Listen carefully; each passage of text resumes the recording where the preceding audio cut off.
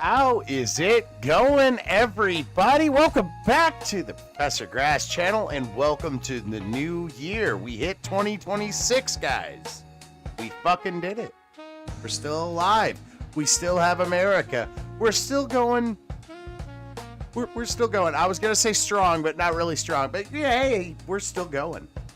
I see Xander, the not so great, over in Rumble. How's it going, buddy? What's up, Alex? King Yeti, howdy heathens. He says, smoking some Oreos Supreme. That sounds pretty good. Wonder what that's like. Hang on, let me look that up, actually. Doing double duty over here with King Yeti coming in with some wild strains. I got super buff cherry tonight. That's what the show is.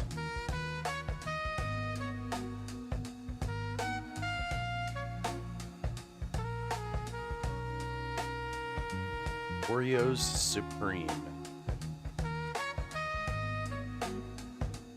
50-50 secret weapon and cookies and cream. Oh, that sounds pretty good, dude. Yeah. All right, guys. Hey, welcome. Sit down, grab yourself a bowl, grab yourself a drink, whatever fancies, that you want to partake in. This show is for those that just want to shut off the brain and fucking hang out, We're going to watch a bunch of weird shit. We're going to get to that. But first, cover a strain, because I like to cover different strains of marijuana around here. Not just the ones I smoke. Think about Christmas. We were not smoke, I wish. We were covering all sorts of different cannabis strains that were very Christmassy. So go check those out if you didn't. And last night, to celebrate and bring in the new year, I got pretty drunk, not gonna lie, and we watched Tales of Tomorrow and Twilight Zone last night. So if you missed out on all of those stream fucking things that I've been doing, go check it out. Very fun shit. You guys are amazing, by the way, over on Rumble, because I had enough people show up and talk in the chat and all this other business that I was able to get paid from Rumble.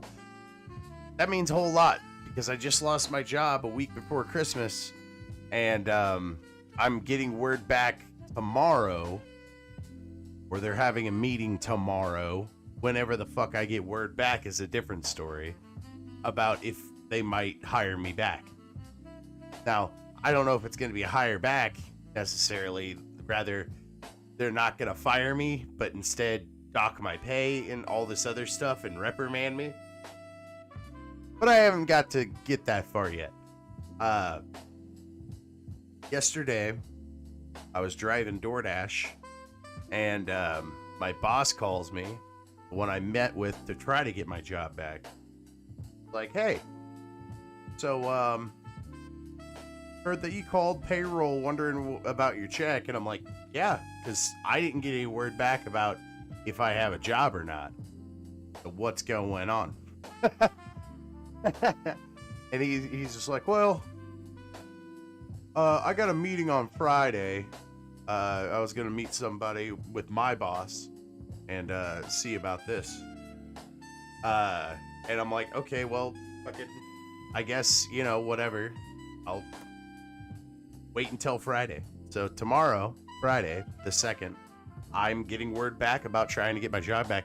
King of Yetis, I guess he was gone during the Big Fuck Up stream.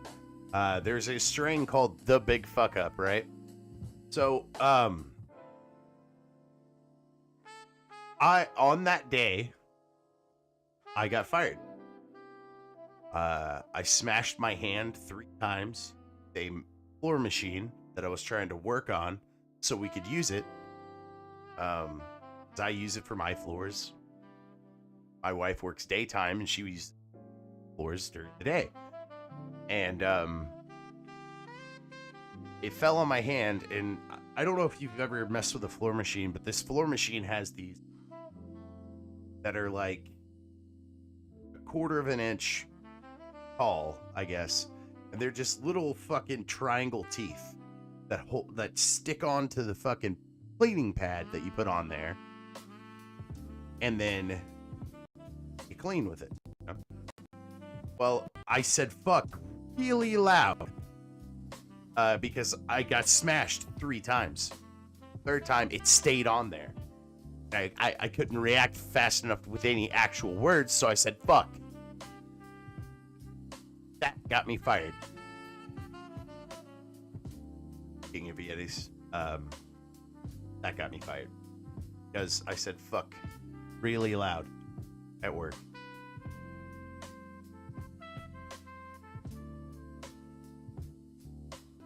I've never been fired ever in my life.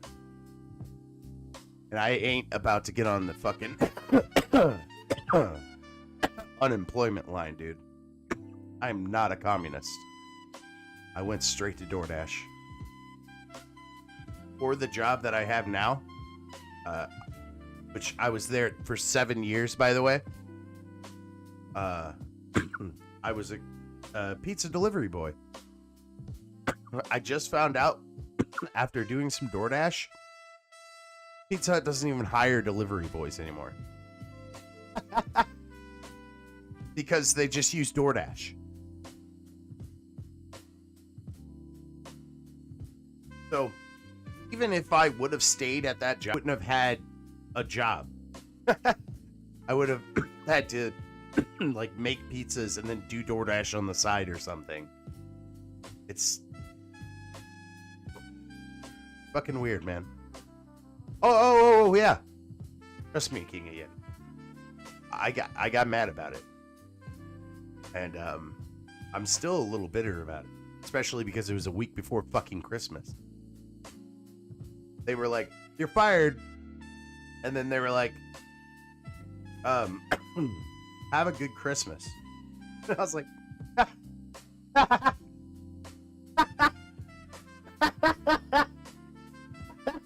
and I left.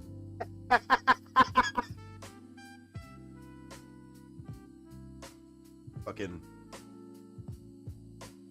other people trying to comfort in my family and during these trying times, and I'm like, you're the people that did it. Get away from me. Why are you talking to me? You're the one that got me fired. Get away from me. It's a dude. The only reason why I want my job back is because it's the highest paying job that I can find in my area. I told my wife, I was like, if my door dashing equals out to the check that I'm getting now, I'm not going to work there anymore. I'm going to pull out my retirement and I'm going to leave. But YouTube and Rumble and all that stuff isn't paying me enough, and my DoorDash isn't paying me enough. So hopefully I can get my job back. Because it's a solid, easy job. I just have to turn off my brain and not say anything at work anymore. Next 10 years. So.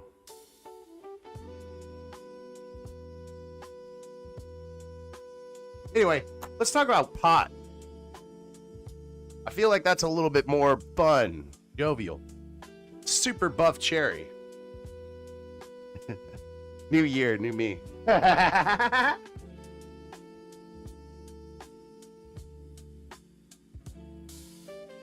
Super buff cherry is a 50-50 cut.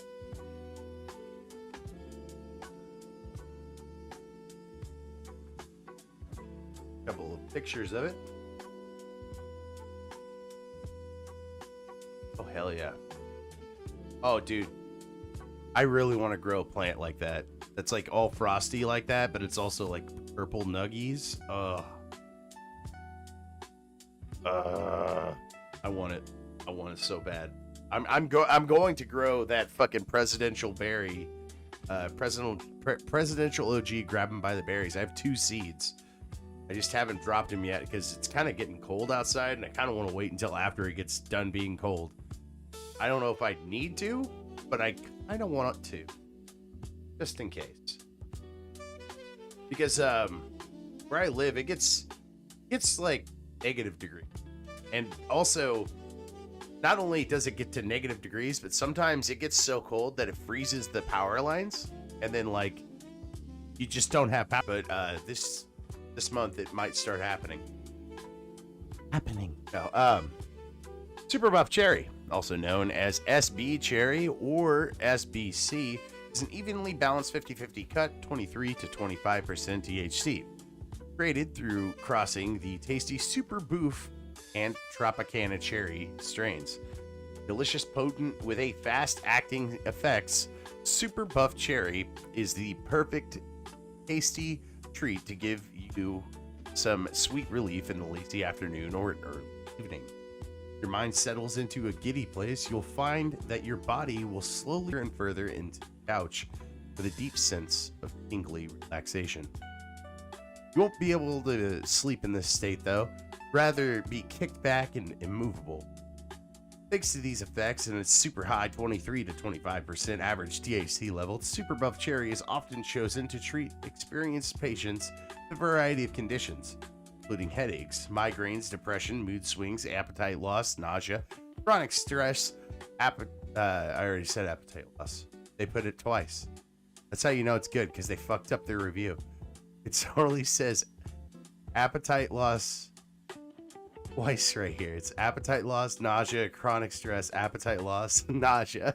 God damn it, they put nausea twice. The bud has a sweet, sugary cherry berry flavor with hints of creamy, spicy dark chocolate.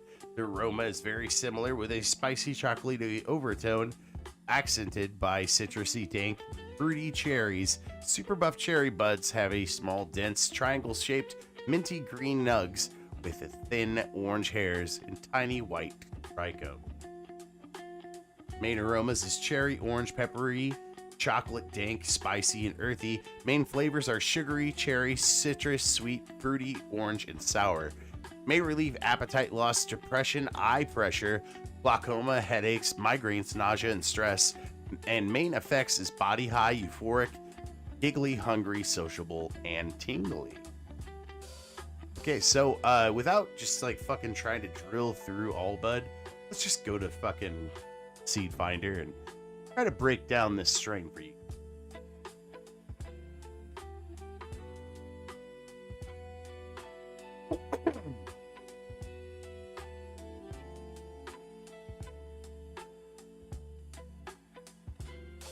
Okay, Super Buff Cherry is crossed with Super Boof and Tropicana Cherry, as we mentioned earlier. And Black Cherry Punch with Tropicana Cookies is Tropicana Cherry. And then a Black Cherry Pie with Purple Punch crosses to make Black Cherry Punch. And then Black Cherry Soda and 501st OG crossed to make Black Cherry Soda, which is part of Black Cherry Pie. But then Black Cherry Soda crossed with an unknown strain makes Black Cherry Pie. So Skywalker OG is 1/2 501st. The other half is Rare Dankness #1. And they are unknown strains in the Emerald Triangle, crossed with Hindu Kush. And that's our string. Rare Dankness is Triangle crossed with Ghost and Chemdog, probably, so they don't even know. Some of this is kind of lost, but that is Super Buff Cherry. So let's go ahead and ask Grok.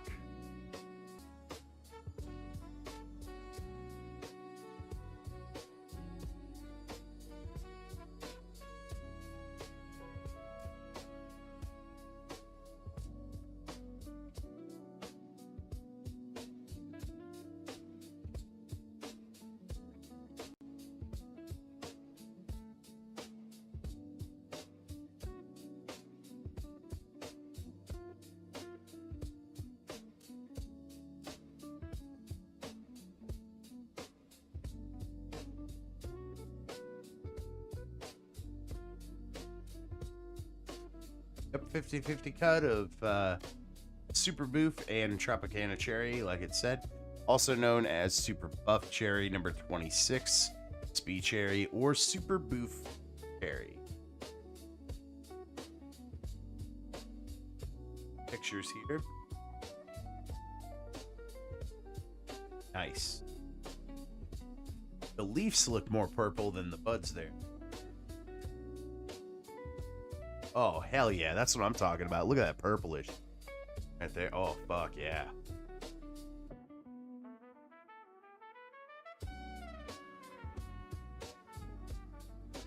Yes, exactly, King of all Yetis. That is why landrace strains are extremely important, so we know what the fuck we're smoking. Because there's like 5 or 6 strains that I'm like, oh yeah, that one's great. Guess what? They're all OG Kush, crossed with like Chem Dog. And Chem Dog is like, fuck, on the top of my head, Chem Dog is skunk crossed with like Afghani or something. I can't really remember, but I've covered it like fucking 30 times on different strains because it's the same. Like, that's why some people say, oh, all the strains are the same. They're not. They're just not.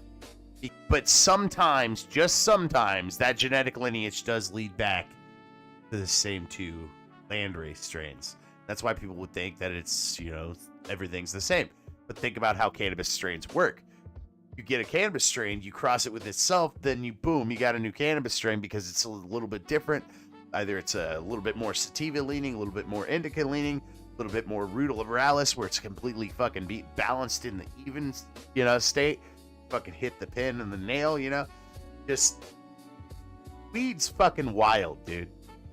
That's why I did this show. That's why I wanted to, you know, do more of this. See, the Oreo Supreme that I looked up isn't even the same as the one that King of All Yetis has. What's yours cross of? Let me look it up. Oh, the Oreo Supreme. No, it's Gary Penton.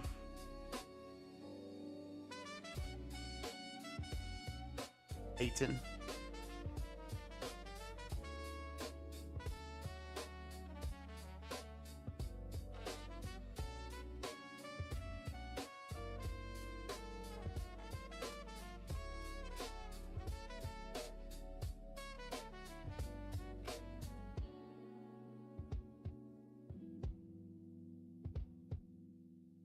Oh, Gary Payton and Oreos, yeah. Okay, yeah. So that's the thing, dude. Like, how the fuck are you supposed to know? Like, there's all sorts of different crosses and different breeders that are out there making these strains. So that's why I did this too. So you would know approximately, you know, as long as I do my due diligence, which at the beginning I didn't. King of Yetis came by and he was like, yo, use All Bud. It's good. Seed Finder's good. And I'm like, oh, I did not know these existed. Thank you. You know? It's all trial and error and shit, dude. And I'm learning, you know, at the same time as anybody that's watching this or whatever. And I think that's why it's kind of fun. Because I'm learning, you're learning, everybody's learning. And if you're not learning, you're having a little bit of fun because you're hanging out, you know? Or you just like Professor Grass. Hey, I like Professor Grass too. Coming from the guy that, you know, plays Professor Grass.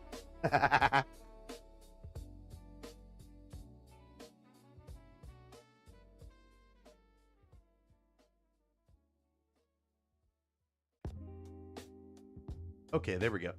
We'll get a little bit of growing info here. Vigorous vegetative growth and thick branches, easy to manage. Flowering time is approximately 8 weeks, 56 days from for some phenos. Above average yield, excellent for resin extraction, washes well. Buds develop at purple-pink colors in early flower. Suited for outdoor-indoor grows, robust and high resin production. Super Buff Cherry stands out for its exotic cherry terps, stunning visual, and versatile effects. A favorite among connoisseurs in competition magazine. Nice. Alright, guys.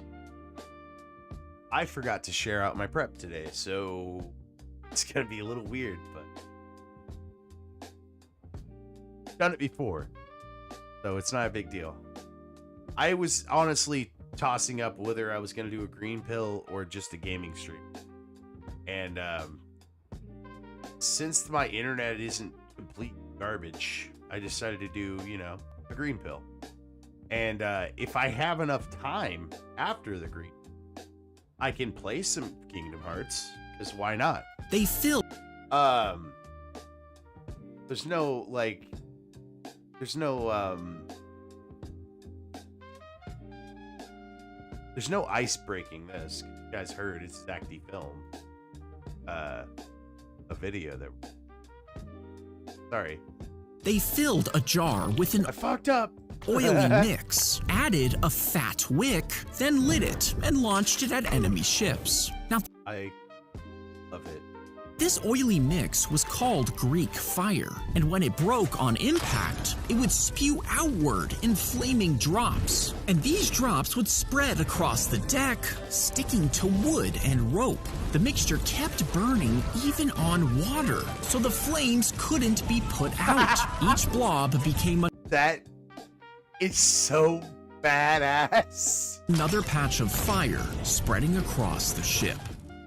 Well, God bless Rome or Greek or whatever, whoever made that Greek fire, Byzantine Greek fire grenade. Okay, well, that whoever made that good job. I applaud you. I am proud of you. New year, guys. Wait a second. 99. 3, 2, 1, happy 2000!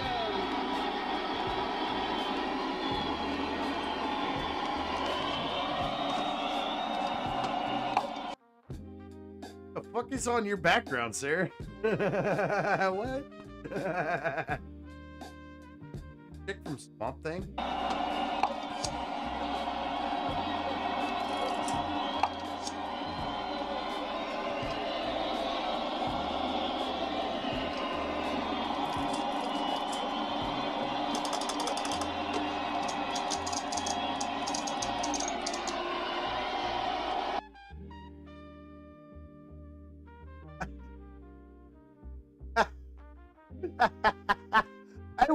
I wish I could tell you what the fuck that was. But honestly, I can't. I just can't. That was what. Alright, guys. I know I'm supposed to break the ice. Or, you know what? Alright. Break some ice. Make sure you got time. Yeah. Oh, here it is. Jump! Han has fired the biggest, baddest firework ever.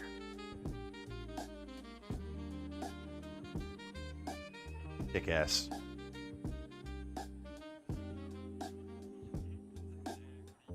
Hey! Grammatical's over in the YouTube chat. What's up, buddy?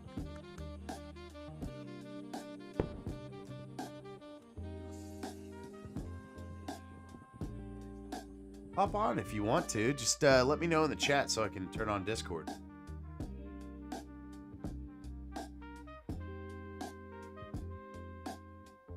Wait, I think I have a little background at least. Yeah. MIT's origami robot starts as a flat sheet. It folds itself when heated, and it becomes a tiny little robot that can crawl, climb, and swim. In tonight's Science. Behold gravity in all its glory! This robot, which weighs only 1/3 of a gram, heats up to form itself from a flat plastic sheet and then dissolves Whoa, did you see that shit? What the fuck? up to form itself from a Starts bending and starts moving and shit. Don't trust that thing ever. Don't let that thing in the house. That thing is gonna kill us all. flat plastic sheet and then dissolves back into liquid. It can be controlled remotely thanks to a tiny embedded magnet, which makes it possible to perform tasks Look at these little origami fuckers. which makes it possible to little perform origami tasks guy, like swimming, go! carrying objects, clearing obstacles, and navigating confined spaces. This robot, which Oh my god. I want a fucking of them. I don't need him, but I want a fleet of them. If you guys want me to have a fleet of little foldable tiny robots, go to buymecoffee.com/ProfessorGrass. Or if you're watching on Rumble, send in a Rumble rant. Get to that. Want a little robot? That'd be cool. I don't know what I'd have him do. Probably just like load pipes up and shit, but tiny robot. Cool. Oh. Maddie McTech Tips. He snuck in. Go on, buddy. Maddie McTech Tips has another tech tip for us. Mr. Maddie, let us know. Here is some internet history I guarantee you didn't know. Did you know this awful looking website actually made this man $1 million? And here's how. So first off, the terrible website's called the $1 Million Homepage. And it was created in 2005 by a man named Alex Tu, who was looking to pay off his student loans. So all the creator did was create a basic website that contained 1 million total pixels. But instead of putting anything on it, he actually thought of the idea to sell every single pixel for $1 a piece. Oh my god, that's fucking genius. And after launching in August of 2005, it almost went viral overnight and had users and advertisers eager to purchase their pixels. So this is what it looked like just days after it launched, and a few months later, almost every single pixel was sold. That thick ass. Holy shit, dude. And some of them, like, was like, no, I need more than just 1 pixel. So they were like, I need this many. That's fucking wild, yo. Pixel was sold, and he actually ended up putting the last 1,000 pixels up for sale on eBay, earning him $38,000 more dollars. And after the crazy success of the $1 Million Homepage, he tried to create other viral websites with little luck before moving to San Francisco and co-founding the Calm Meditation app. Easy. Here Holy shit, I've heard of the Calm Meditation app. Mainly because people were like, Professor Grass, the guy that plays Professor Grass, you're a really mean guy. Really angry all the time. Am I angry, guys? I've seen this guy before, this little guy, this little fucking guy.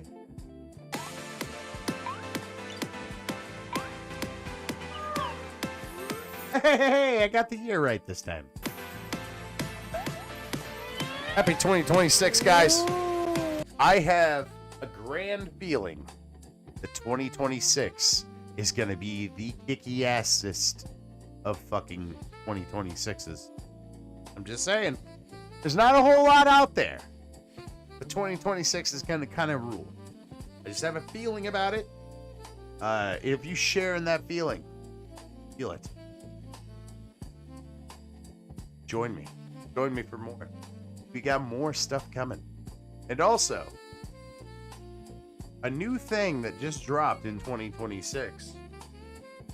Late Night with Adonis Paul. Adonis Paul has is hosting a game show called High Stakes. I just watched a little bit of it before I went live. And I'm gonna have to catch that shit live because I want to play that game. Because I was addicted. I was like, no, I gotta start my stream. And I was like, no, just a couple more questions. It's kind of cool. So go check out High Stakes on Rumble. I don't know if he has it everywhere else or whatever, but dude, go check out High Stakes. It's fucking cool. It's like a game show.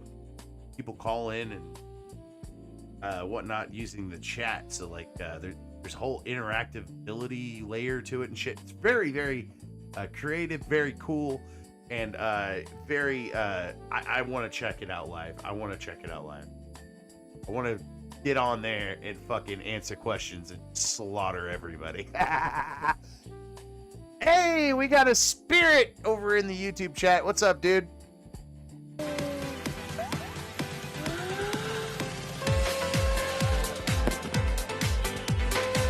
Let's move on.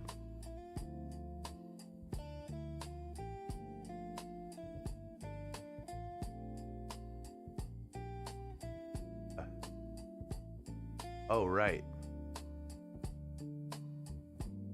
If I could, I don't know if I could do that. I might get popped for this too. I don't care. Hey, Spirit, let me know if I get popped.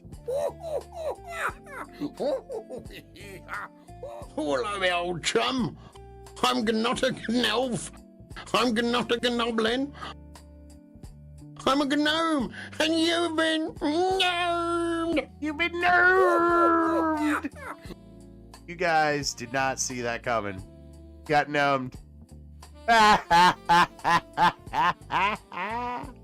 Oh, where are you guys going? What happened? Why is my subscriber count going down and not up? What's going on here? Okay, let's play some cheese. Cheese is always good. We have something really special for you today.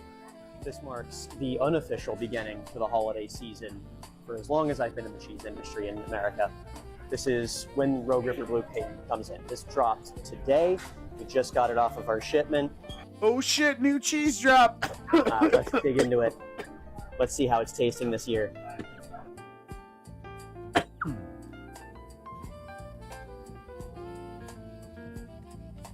Well, I'm being extremely disrespectful. So the Rogue River Blue is most famous for winning top honors at the World Cheese Conference in 2020 to 2021. Let's see that cheese. These are Syrah grape leaves that are from right in the same river valley. So I picked up a block of white cheddar, white sharp cheddar with like yellow. It has some yellow in it, but it's white sharp cheddar. I was gonna cut it in half and try to smoke half of it. I don't know how to smoke cheese yet, but I'm gonna try because I want to try it, you know. And smoked cheese is fucking delightful, and my dad thinks so too.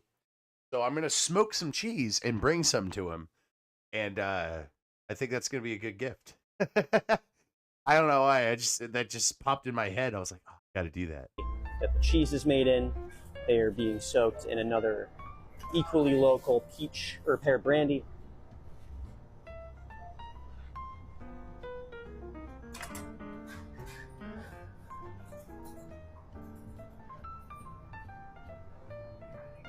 I can tell you right off the bat that this is softer than last year's batch. Right.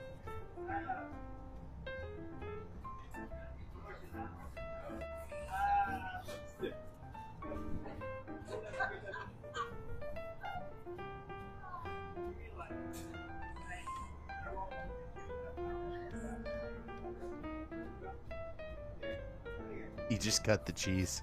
And right there, whenever we open it up, there's not a whole lot of the blue penicillium in there, visibly at least. It's You know, that's a good idea. I will evolve my shiny oddish whenever I get enough buy me a coffees. there, but this has been in cryovac, so it's been totally anaerobic. But Thanks for stopping in, Horseshoe and Hand Grenade.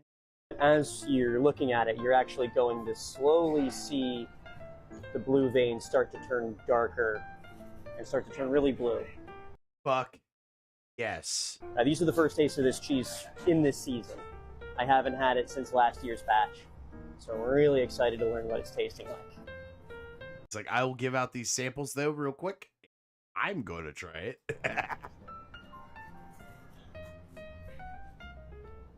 Alrighty, that's such a lovely color. Yeah, that's pretty nice looking actually.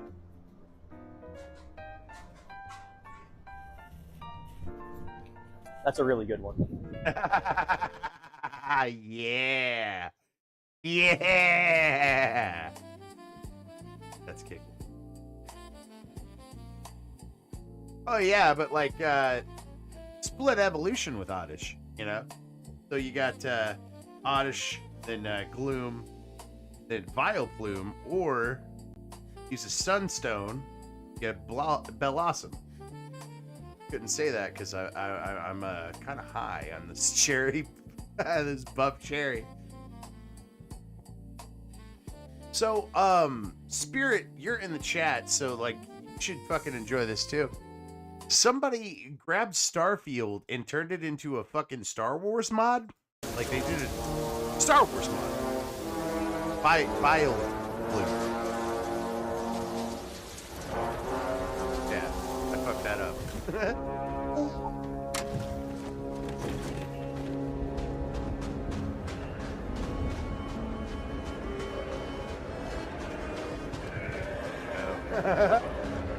I do this. Let us deal with this.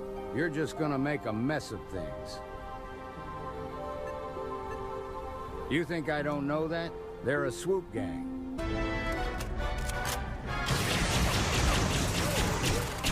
Yo, fuck yeah, Blaster. Let's go.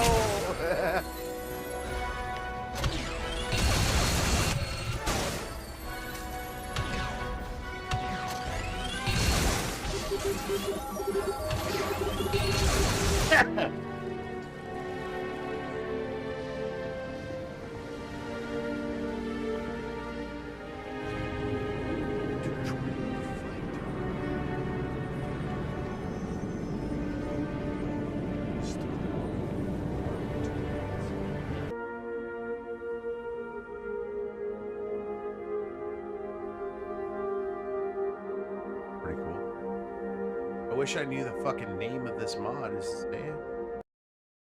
Modders took Starfield and turned it into a 100 mod called Star Wars Genesis. So if this is something that has piqued your fancy, go check out Star Wars Genesis for Starfield, because that looks kind of cool, actually.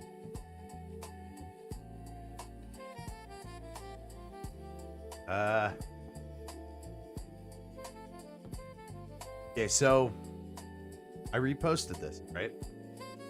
I didn't repost anything, actually. I grabbed it for prep. But,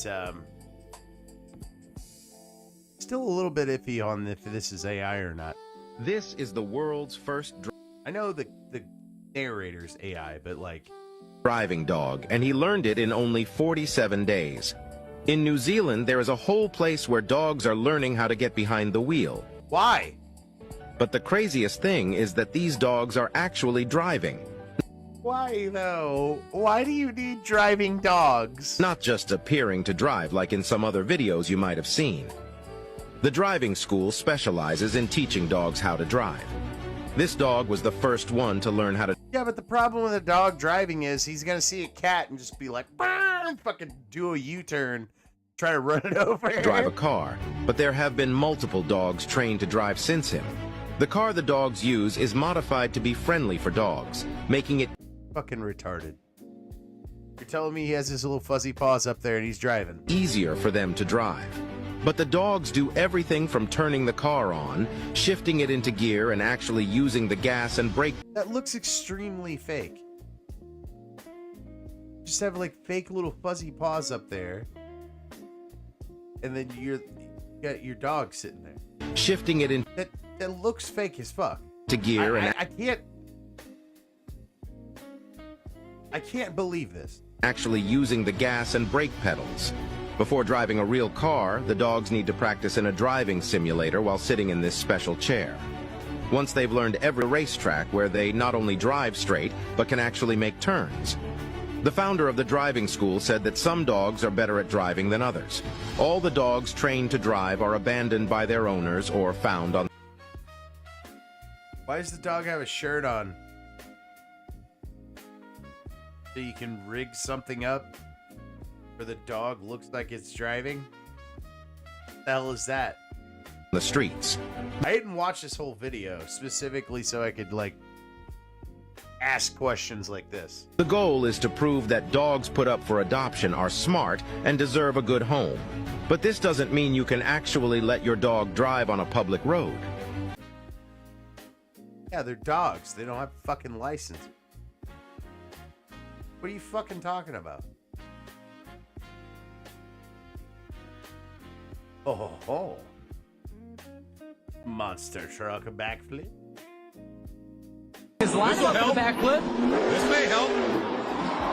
Monster Got truck it back. I thought he was in trouble there. All right, here it is. We're running out of time right now. 10 seconds left in freestyle for the VP Racing Fuels Mad Scientist. Big speed right now. Slap wheelie. Flooring it right now. And monster truck flip. He did a front flip, Ryan. Hell yes. God bless America. Like monster. Found out that my nephews are into monster trucks now, and my wife and I got them this monster truck set. One of them had Gravedigger, and the other one had Longhorn or something like that.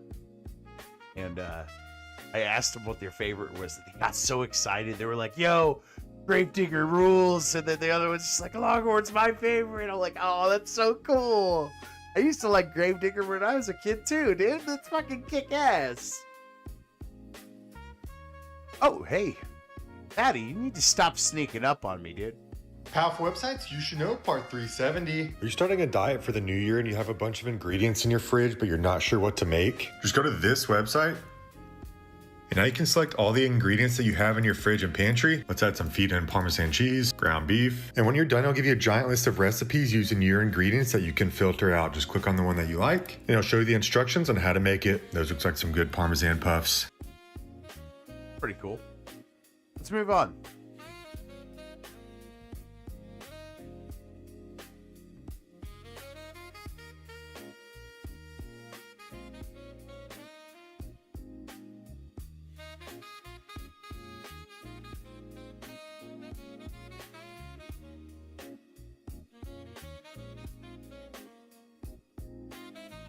In 1957, there's a craze going around. A little something that you guys might enjoy called the pizza pie. Good afternoon. I'm Mrs. Brady. Today I'm going to make that popular Italian dish, pizza pie. You've all probably heard about it, and if you like the recipe, please get a pencil and paper, and then you can take it down as I go. Pizza pie is becoming very popular, especially down in the States. There are some restaurants that even specialize in it. These are called pizzerias. And Saturday night, as you drive down, you can see cars lined up for miles waiting for their pizza. Pizza pie is composed of 3 parts. First, there is the base, which is usually a biscuit or a yeast dough. This is covered with a tangy tomato sauce, sprinkled with oregano, and then topped with nippy cheese. If you're Now, real the poor, plan you for can pizza just, is use a corn tortilla. You know, I hear that the poor folk, they have to use the corn tortillas, even the flour ones, if they can't afford the corn. Usually round and flat with a slightly raised side. If you have a cookie sheet, a flat cookie sheet would be grand. First, we're going to oil our pan. This is so the base won't stick to the bottom. Just use light, I just use Mazola oil.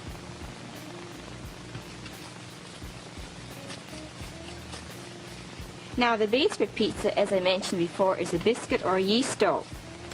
For the biscuit dough, just combine 2 cups of all-purpose flour, 1 teaspoon of salt, 4 teaspoons of baking powder, and sift these ingredients, and then cut in about 5 to 6 tablespoons of shortening. And cut this to the size of small peas. Then you add 1 cup of milk and cook for 8 to 10 minutes. And then roll it out till it's about 1/4 of an inch thick, as I have done here. Now we'll just place our dough in the pan. And just cut it to the size of the pan, and then we'll spread it out. Now our next ingredient and I think the most important in making a good pizza is your spice. And What? this is an Italian Spice? herb, oregano, or as some people pronounce it, oregano. Organo. Organo. I have the flaked oregano here, but some people prefer the powdered. She says tortilla and organo. That's cute. Sprinkled on liberally, as this gives it the grand flavor. I'm being very generous with this. Be very generous with that. Or what'd she say? Here, but some people prefer the powdered. Sprinkled on liberally, as this gives it the grand flavor. Ingredient, and I think the most important in making a good pizza, is your spice. And this is an Italian herb, oregano, or as some people pronounce it, oregano. It's oregano, lady. Come on. A half a pound of mozzarella and a quarter of a pound of cheddar. First, I think I'll use some mushrooms. She's a dumb Canadian. Or she's a hand grenade says, I thought she was from Minnesota. I mean, that's probably the same thing. I don't know. 2013, IBM scientists created the world's smallest movie by moving 65 atoms, frame by frame.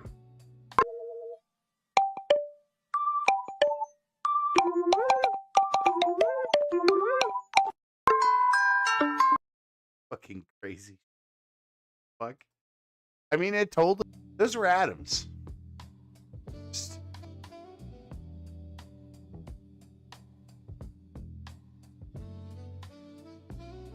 Richard Browning demonstrated his jet suit. 2022 International Manufacturing Technology Show, Chicago. Browning's first public flight was in 2017, but I guess this one's in 2022. Check it out.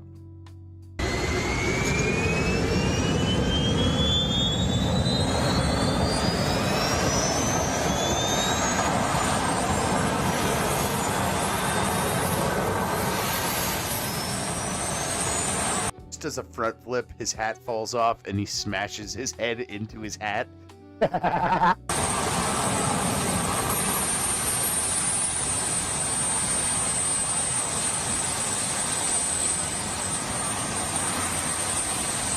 Oh, this usually doesn't happen. I'm sorry. Hang on.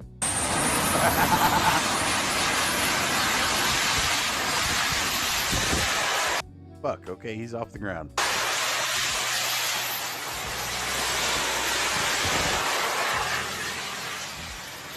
Oh my god, imagine like an army of people just flying around, smashing each other with hammers. Ah, and guns and hammers and... Oh my god. Are we gonna get like Halo Warfare?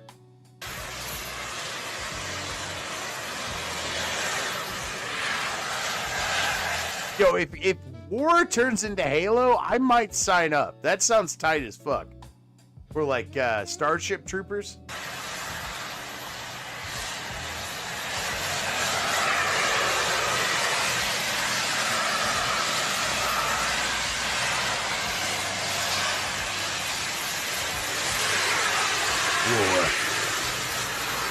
War never changes. Just the means of transportation. Yeah, I want you to land softly.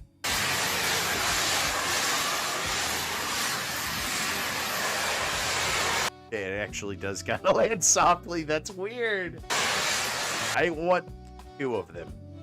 I will break the first one. Also, I'm a large man. Browning. Got one that's XL? What's up?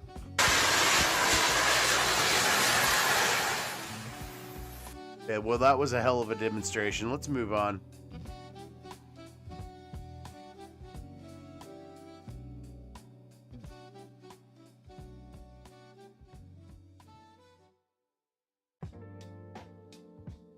$1996. that is the year that the Nintendo 64 came out, and this is a commercial of people reacting to it for the first time. And he's simply amazed by the things this new $200 game system can do. Get up there, fella. All right, we made it. Most systems on the market today are 32-bit. This is 64. In short, Nintendo took the power of a $100,000 computer and put it into an affordable home game machine. Hundreds of people prepaid Toys R Us $25 to make sure they'd get a system out of the first shipment on Sunday.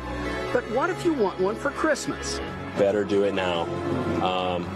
As the closer you get to Christmas, the less likely it will be that we will have the units in stock. And he's simply...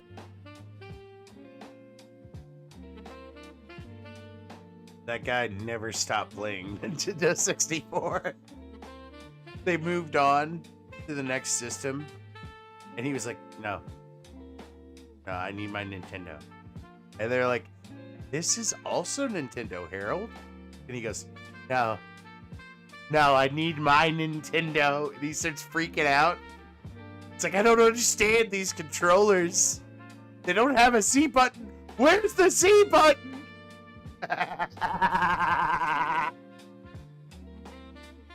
Alright, guys. I am diving into my auxiliary prep now. Because I'm having fun. And I don't want the fun to end yet. Alright? I got a cinnamon toast pizza. Hope you enjoy. From Cook Show Trevor. Makes delightful pizzas. Talks kind of sort of like this a little. Clean up, kids. Not everyone.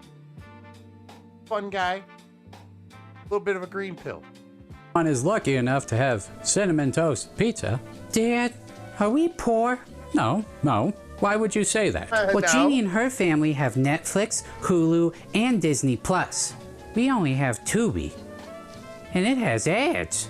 Yeah, and Billy from school has a PS5 and a Switch too. Well, Billy and Jeannie can enjoy all the inherited debt they get in a few years when their parents can't afford their hospital bills. What? I said, eat your pizza. It's getting cold. After all, I made it with homemade... Mushmouth Joe, I still play Nintendo 64. It's pretty tight. It's a pretty tight system, dude. It's a nice system. There's a bunch of kick-ass games on it. I caught myself playing Donkey Kong 64 off stream like a year or two ago. And I was just like, why the fuck am I playing this off stream? I could play this on stream.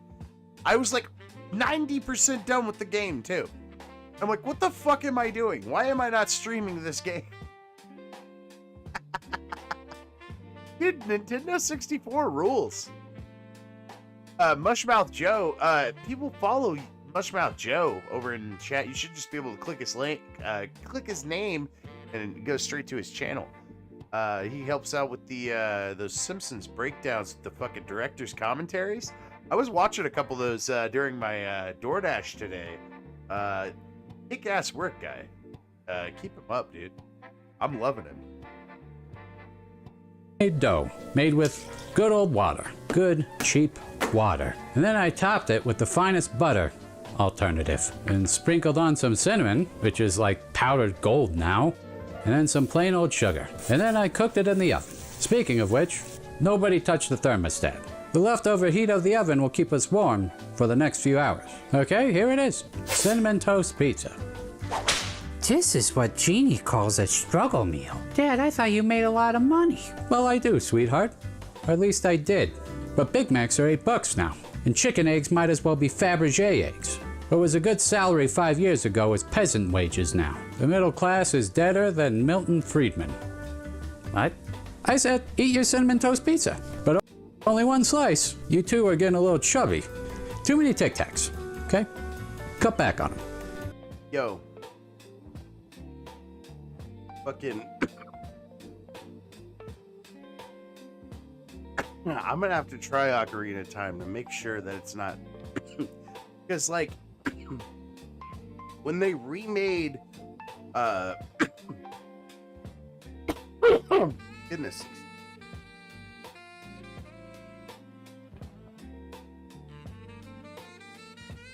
They remade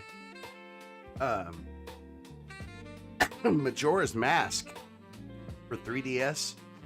That's when I played Majora's Mask. But I haven't played Ocarina of Time recently. I might have to check into that. Because I know that's a good one.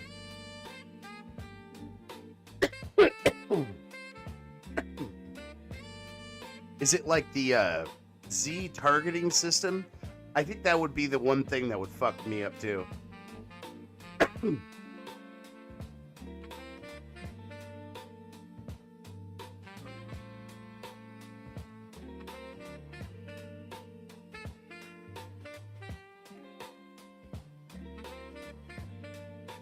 So, I found this series of videos. This dude's channel, 67 Meme Master 67, just got all sorts of King of the Hill, like Hank being just like a gamer. It's very weird. Watch some. In tonight's Tripe! You can't seriously expect us to swallow that tripe. Now, as a special treat courtesy of our friends at the Meat Council, please help yourselves to this tripe. Find one.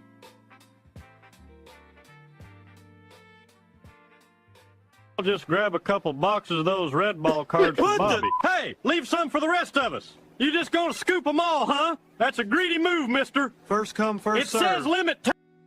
That is some bad pool, mister. Ooh, you think the rules don't apply to a sweat fountain like you? Put them back, Lord. The wet fountain, Jesus. Lord Barrel, or I'm I'll just grab a couple boxes of those red.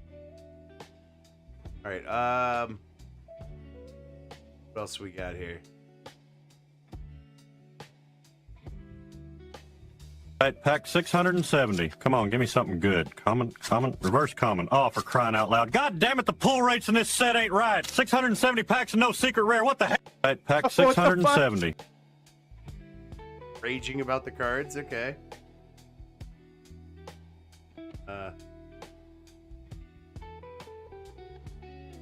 Pack, Hank. One little pack ain't gonna hurt nothing. Woo-wee, look at that shine. That's a beauty right there. Hold on. Oh, no. What am I doing? Oh my this God. was supposed to stay sealed. Dang. Pack, Hank. No, that was way too many, man. What? All right, hang on. I don't know, like, this person just really liked the AI Hank voice, or like, what? But they're wild. Playing Rocket League on this one. Oh, people, I'm the only one defending the goal here. Wearing the Sam Hill is our third man. That's two on Yeah, Sweat Fountain's a good one. me. Don't you demo me, you charcoal briquettes. You brought a gizmo with no boost. Y'all all people. I'm the only one defending the goal. One more. One more.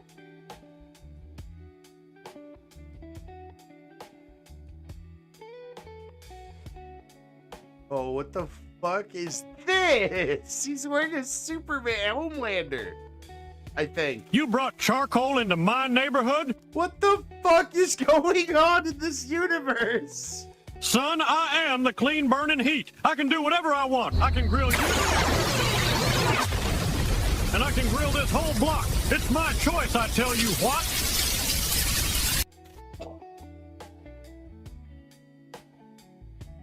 Okay, maybe one more after that. I what the hell is this?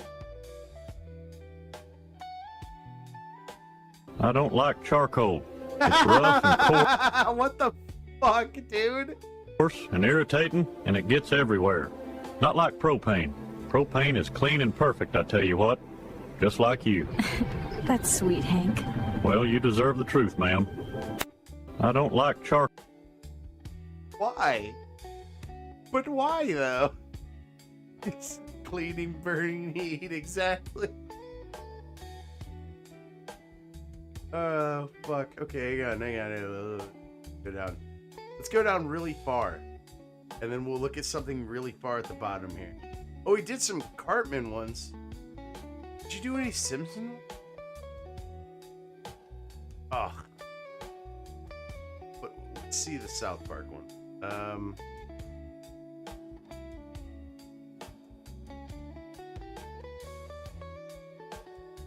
Offensive family. All right, big man, name something you can ride. Oh, that's easy. Your mom. Wow, that is not on the board. All right, big man, name something you can ride. That wasn't that offensive, but okay, that's kind of funny. Gotta get to the bottom of it. Okay, tally on the prices, right? All right, let's go. Last one for Rick. Hey man, I'm thinking that shiny white pile over there looks like 1,200? No, wait, 420 more. I'm gonna say $1,420. Actual retail price, $1,420. Yeah! I knew it, man. Woo, so tight. Wow, that was a cool thing of cleaning detergent that Tally just fell into, right, YouTube? Detergent. The Chinaman robots are coming, folks. I showed you them walking among us as guards, and I think I have a better breakdown of that. And it all starts with a robot in China doing something that looks simple until you realize it's one of the hardest things a machine has ever been asked to do.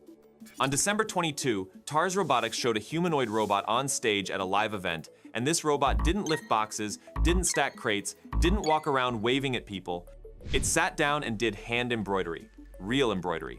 It threaded a needle, used both hands, and stitched a logo live in front of an audience. Now, if you've never stitched anything in your life, that might not sound impressive. But the moment you think about what's actually happening there, it gets kind of wild. You're dealing with thread that stretches and twists, fabric that moves and deforms constantly, and movements that need sub-millimeter precision over a long sequence of steps. One tiny mistake and the thread snaps, the stitch misses, or the whole thing falls apart. This kind of task has been a nightmare for robotics for decades. Industrial robots are amazing at rigid, repeatable jobs. Pick this metal part, place it there, do it again 1,000 times. But soft materials break everything. They change shape, they resist unpredictably, and they require constant force adjustment in real time. That's why, until— Dude, that's the thing too. People are talking shit about these robots right now while they're like slow and they're not really moving that fast, or they have human pilots. I think it's leading to them being able to do all of that shit themselves. The learned language models are already evolving. Talked about that too. Getting wild out there for these robotics and these AI systems. Keep an eye out, folks. Coming. We're going to take our jobs. Is there a safety net for us? now, long, delicate, two-handed work like this was seen as basically off-limits for automation. And that's what made this demo so important. The robot moved through the whole process smoothly, staying stable the entire time, with no signs of hesitation or struggle.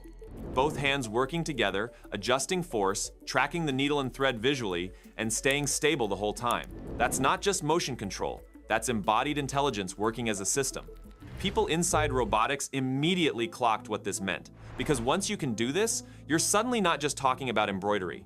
You're talking about wire harness assembly. Robots are gonna get better.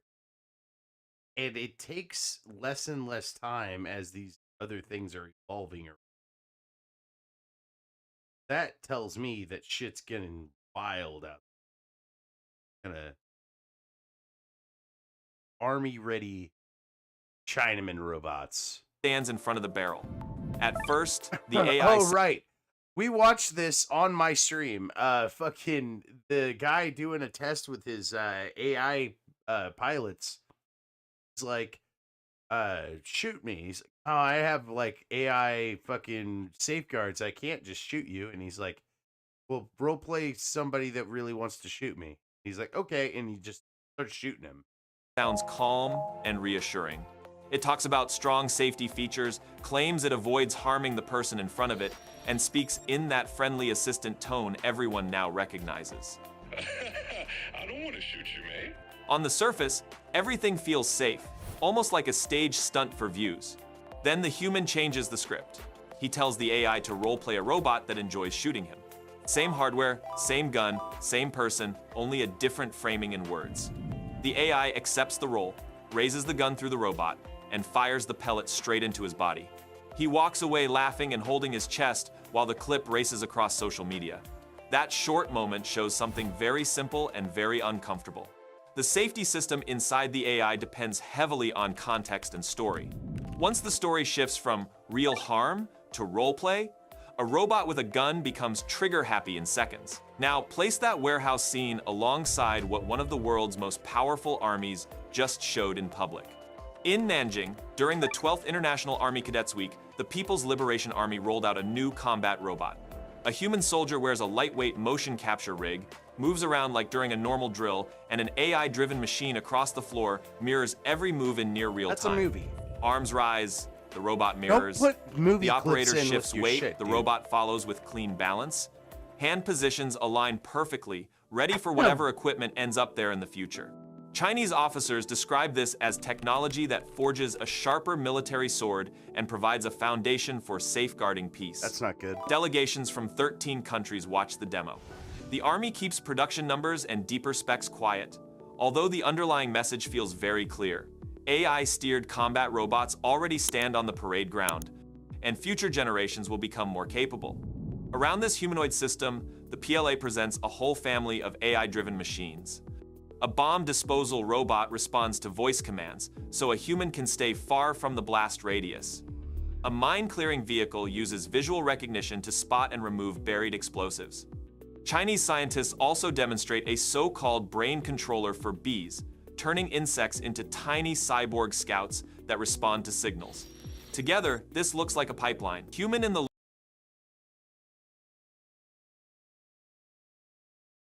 That's fucked up. Little cyborg bees? handle more decisions on their own. Every layer adds reach, precision, and speed to the battlefield.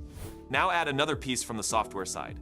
In defense circles, people talk a lot about the kill chain or K chain, the sequence that runs from detecting a target, to tracking, to deciding on a strike, to firing, and then assessing the result. Palantir already sells software that sits along this chain.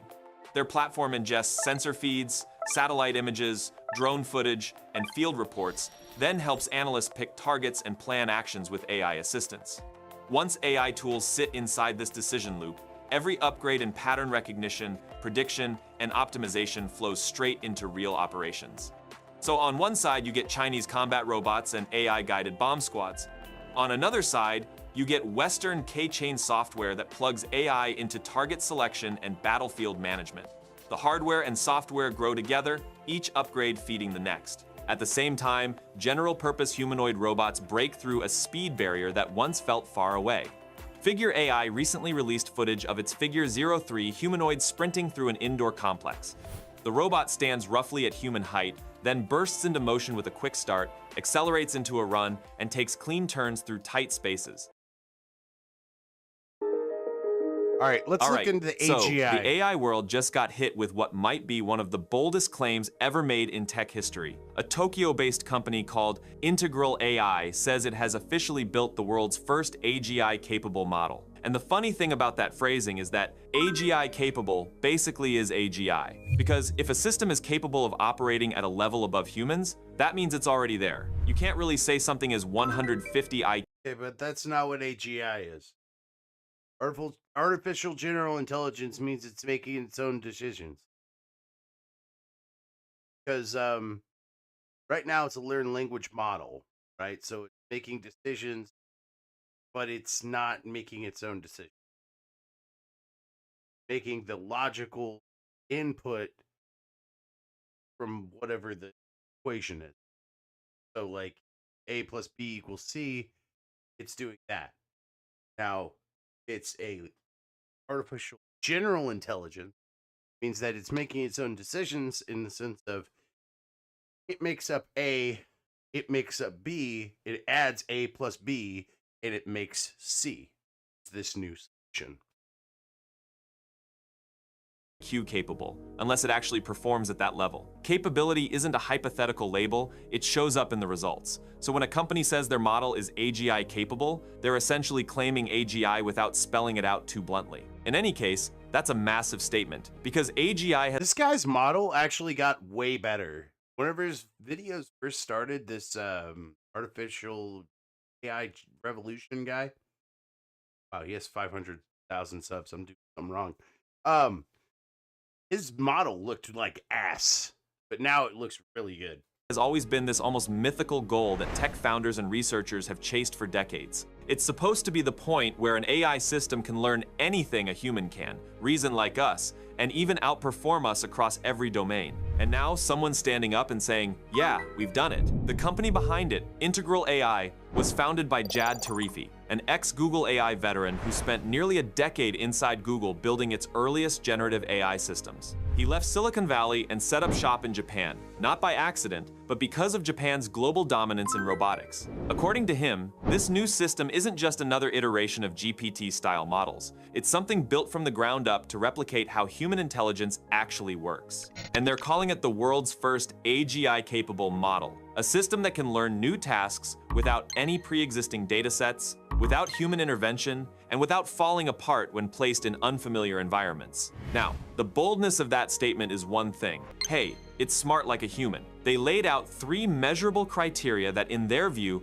mark the arrival of AGI. First is autonomous skill learning, meaning the system can teach itself completely new skills in totally new domains without being fed datasets or examples. It doesn't need human supervision, labels, or fine-tuning. Second is safe and reliable mastery, which means the learning process has to happen without catastrophic failures or unintended consequences. And third is energy efficiency, which means the total energy cost for the system to learn a task should be roughly equal to or lower than the energy a human brain uses to learn that same skill.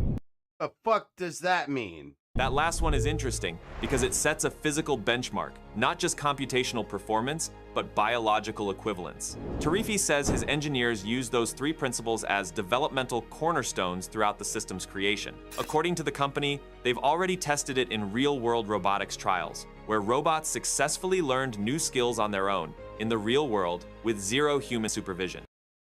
Fucking.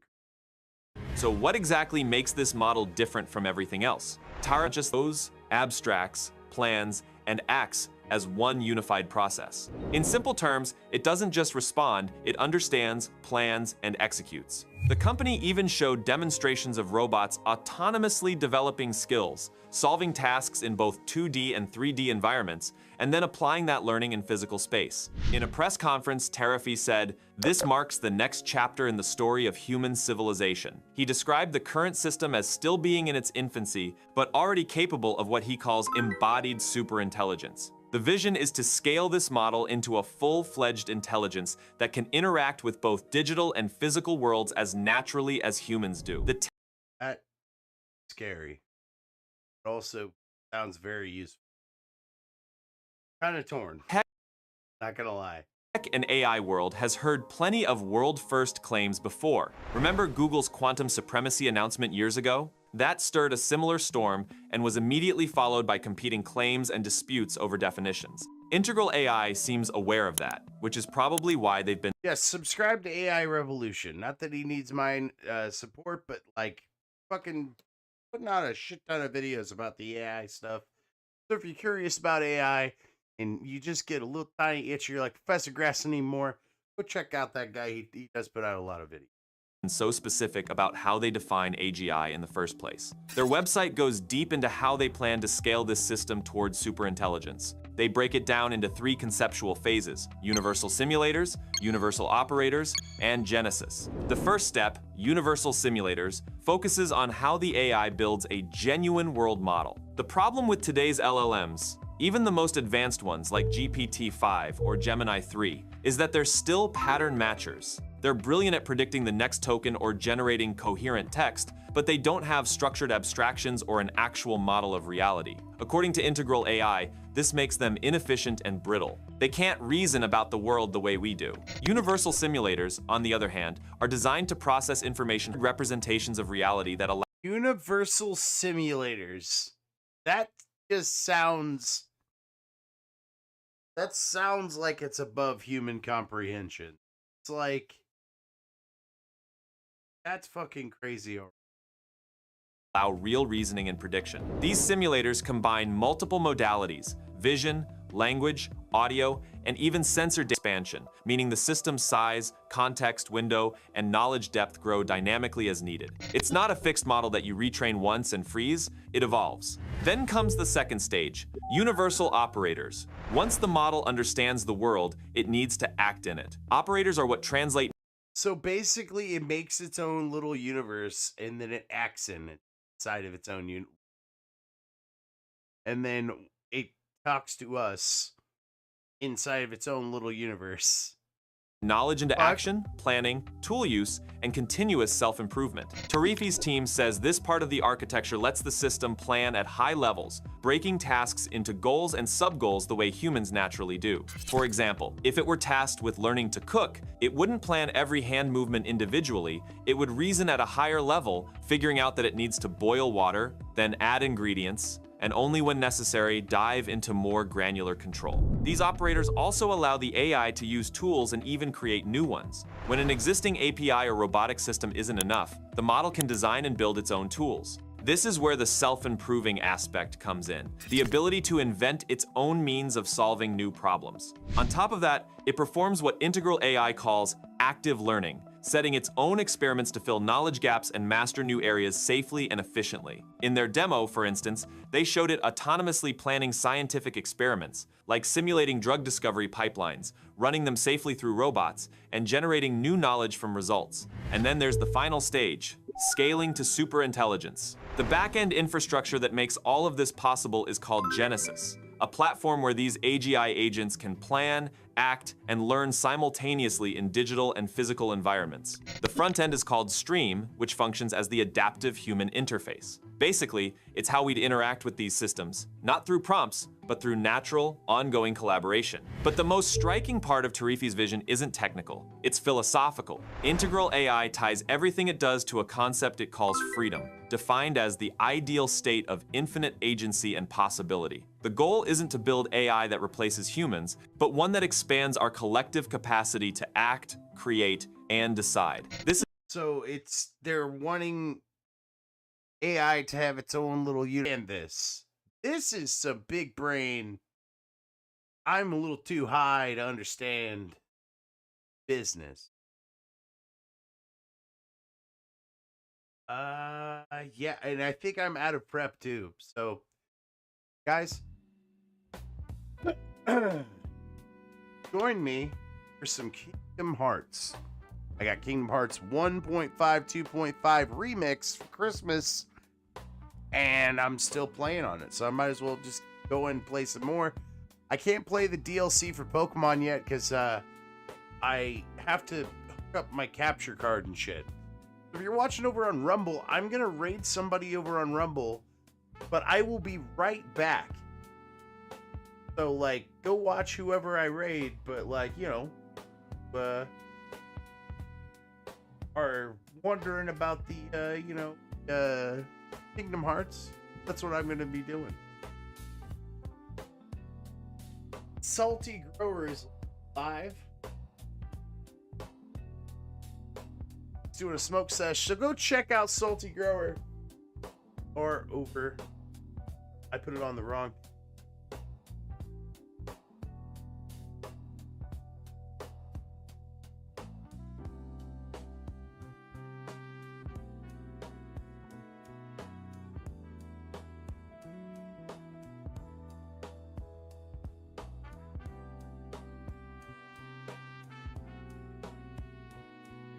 I tried to raid Salty, and then I fucking put my link and put raid in his chat. I don't know if that fucked up anything or whatever, but I did put oops. I did not mean to do that. All right, see you guys later. I will join you here in just a little bit. I'm going to grab me a drink, a little bit of something to snack on, and I will be playing some Kingdom Hearts in just a few minutes. So, join me then.